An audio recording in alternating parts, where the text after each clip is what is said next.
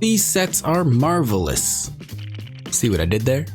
What's going on, everybody? I'm Josh. This is Josh Builds Stuff, and today we're building Iron Man, Superman, Spider-Man, and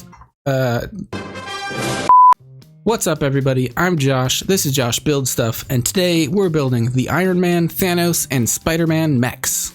In this video, we'll take a closer look at each set, including their minifigures. We'll compare them to some earlier Marvel mechs. And of course, a time-lapse of each set will be included as well. Let's get started. Honestly, this is another set of sets that I had no intention of buying. I didn't know they were coming out. I was shopping for new Star Wars sets at the beginning of 2020, and I saw the little Iron Man and Thanos mechs on the shelf. They were only $10 a pop, and so I couldn't pass them up. Then I kept seeing the Spider-Man mech at Target, and I thought it would look good next to these other two mechs, so I had to get that too. There is a Venom mech that goes with the Spider-Man one, but that set is $30 and includes a little Spider-Man airplane that I'm not crazy about, so I'm going to pass on that one for now. All three of these sets are very similar from a build standpoint. They're each right around 150 pieces and only take a few minutes to build each. But each one has their own little unique elements like their colors, their stickers, and obviously their accessories. Thanos has the Infinity Gauntlet, which I think looks really cool in this form. It's very colorful, it looks really big compared to the rest of the mech.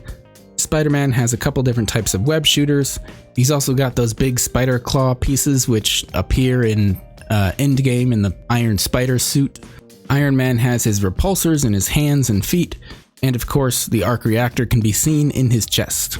Iron Man also has this shoulder cannon that kind of looks more like War Machine's usual cannon that shoots out these little stud disc pieces.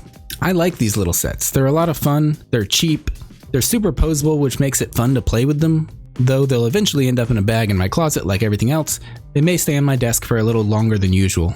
I've also been thinking about LEGO sets more from a toddler's point of view lately, mostly because my toddler will come in my office and play with them, and I'm not sure these sets are great for his age.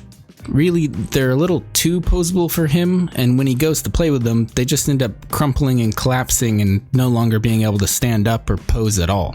So maybe hold off on these if you have a 2.5-year-old.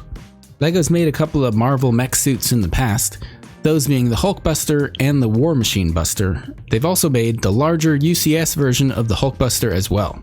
By comparison, these mechs are obviously smaller at a lower piece count, but I think that was intentional. These are much more accessible, they're a much quicker build, and they're sets that make it easy to pick them up off the shelf without really planning to. The minifigures themselves are also fun. Spider-Man isn't really anything special, and you can pick him up in a few other sets as well, but it was fun to have a Thanos in this scale, as I only have the larger version that came with the Infinity War sets a few years ago. This version of Iron Man is cool. I call this the chubby Iron Man because his faceplate looks like he's puffing out his cheeks a little.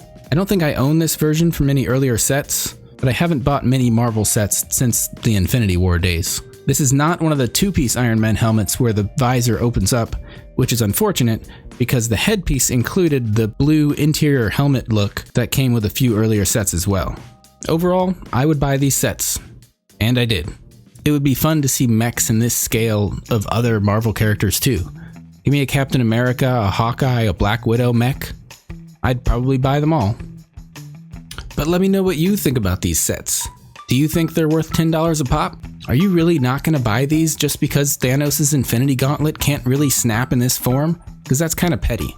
As always, thanks for watching, liking, and subscribing. Stick around because the speed builds of these sets are starting right now.